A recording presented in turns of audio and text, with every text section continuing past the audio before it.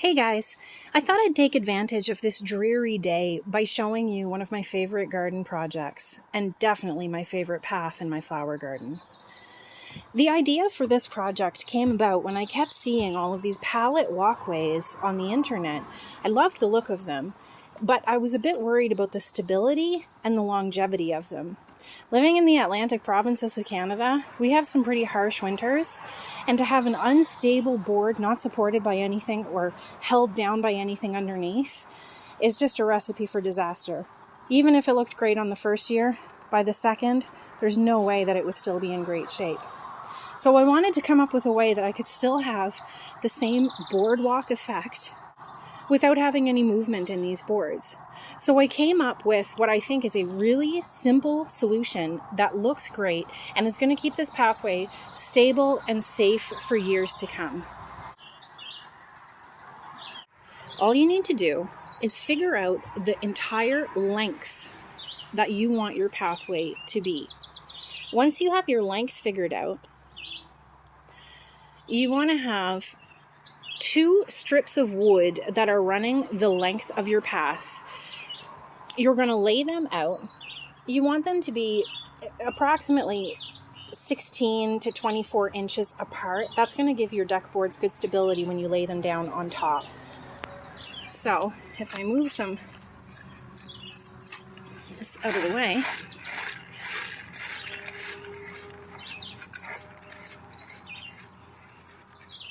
there are my boards underneath.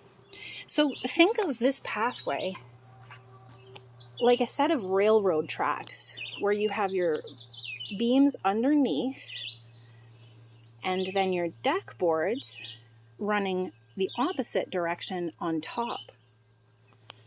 Now, you don't need to be too precious with this. As you can see, I have staggered my boards a little bit. The last thing I wanted was for these boards to all need to be the same length. I wanted it to look like somebody really did just throw some wood down to make this very rustic path.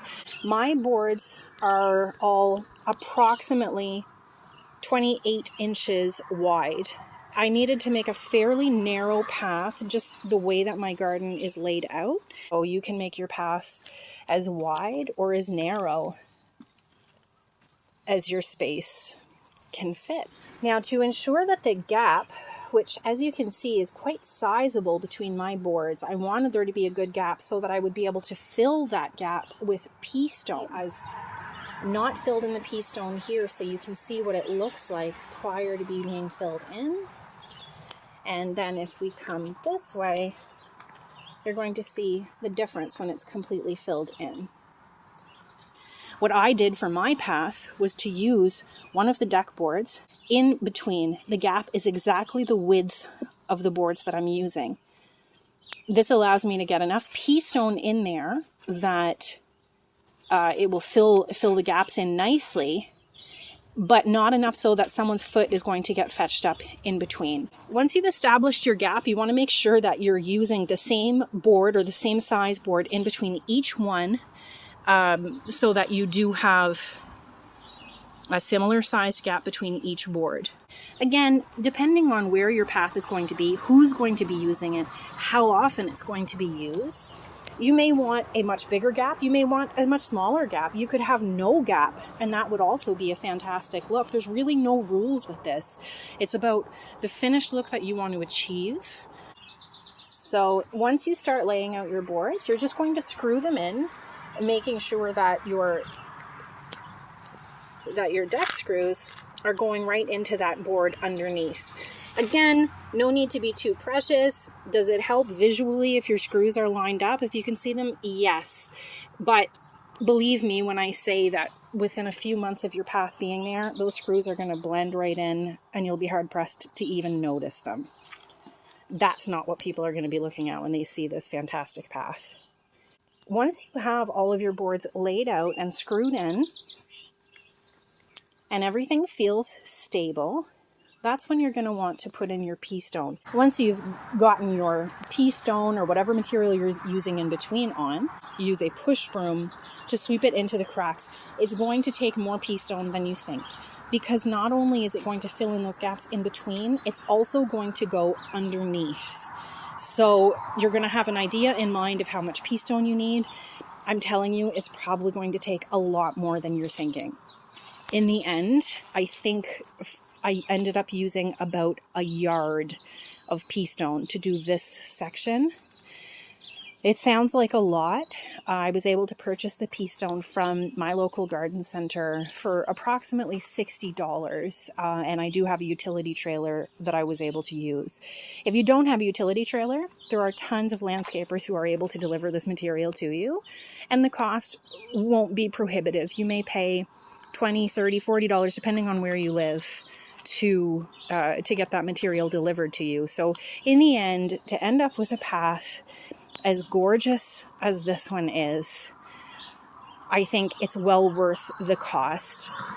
This is my 3rd year with this garden path. I love it as much as the day I installed it, and it still looks exactly the same as the day I installed it. There's been no movement on it.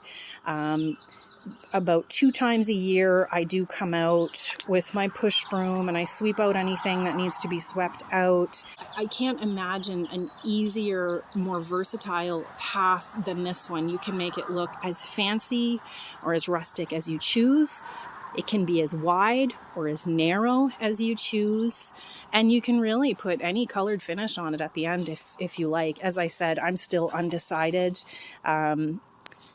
I will be putting a finish on the wood that's covering my foundation.